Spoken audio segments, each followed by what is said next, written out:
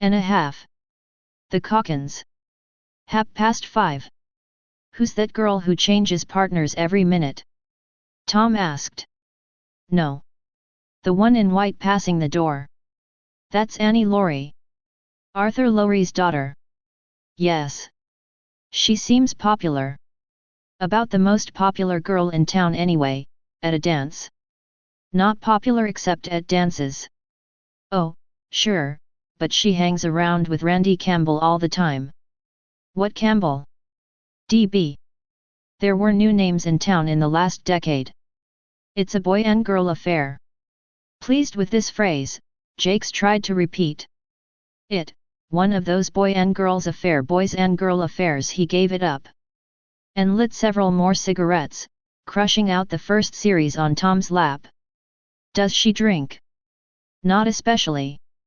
At least I never saw her passed out. That's Randy. Campbell just cut in on her now. They were a nice couple.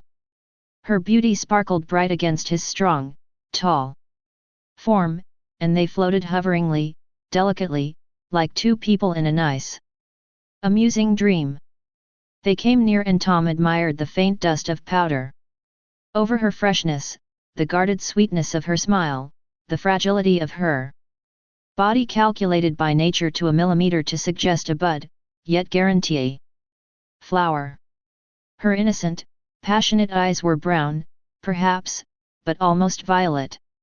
In the silver light. Is she out this year? Who? Miss Laurie. Yes.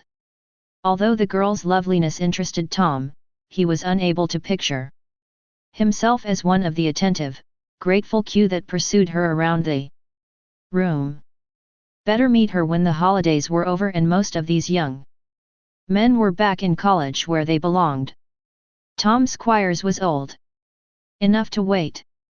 He waited a fortnight while the city sank into the endless northern midwinter, where grey skies were friendlier than metallic blue skies, and dusk, whose lights were a reassuring glimpse into the continuity of human cheer, was warmer than the afternoons of bloodless sunshine. The coat of snow lost its press and became soiled and shabby, and ruts froze in the street. Some of the big houses on Crest Avenue began to close as their occupants went south. In those cold days Tom asked Annie and her parents to go as his guests to the last bachelor's ball. The Lauries were an old family in Minneapolis, grown a little harassed and poor since the war. Mrs. Laurie, a contemporary of Tom's, was not surprised that he should send mother and daughter orchids and dine them luxuriously in his apartment on fresh caviar, quail, and champagne. Annie saw him only dimly. He lacked vividness, as the old do for the young, but she perceived his interest in her and performed for him the traditional ritual of young beauty. Smiles, polite, wide-eyed attention, a profile held obligingly in this light or in that. At the ball he danced with her twice, and, though she was teased about it, she was flattered that such a man of the world he had become, that instead of a mere old man had singled her out. She accepted his invitation to the symphony the following week, with the idea that it would be uncouth to refuse. There were several nice invitations like that. Sitting beside him, she dozed in the warm shadow of Brahms and thought of Randy Campbell and other romantic nebulosities who might appear tomorrow. Feeling casually mellow one afternoon, she deliberately provoked Tom to kiss her on the way home, but she wanted to laugh when he took her hands and told her fervently he was falling in love. But how could you, she protested. Really, you mustn't say such crazy things. I won't go out with you anymore, and then you'll be sorry. A few days later her mother spoke to her as Tom waited outside in his car. Who's that, Annie? Mr. Squires. Shut the door a minute. You're seeing him quite a bit. Why not? Well, dear, he's 50 years old. But, mother, there's hardly anybody else in town. But you mustn't get any silly ideas about him.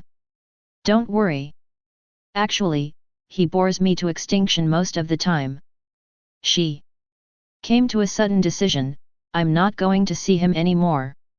I just couldn't get out of going with him this afternoon. And that night, as she stood by her door in the circle of Randy Campbell's arm, Tom and his single kiss had no existence for her. Oh, I do love you so, Randy whispered. Kiss me once more.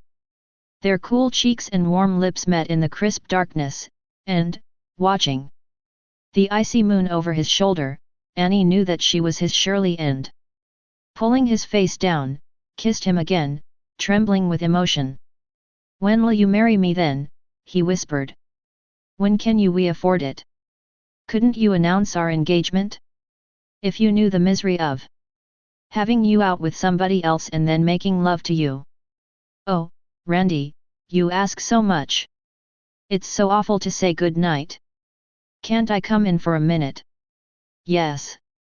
Sitting close together in a trance before the flickering, lessening fire, they were oblivious that their common fate was being coolly weighed by a man of 50 who lay in a hot bath some blocks away.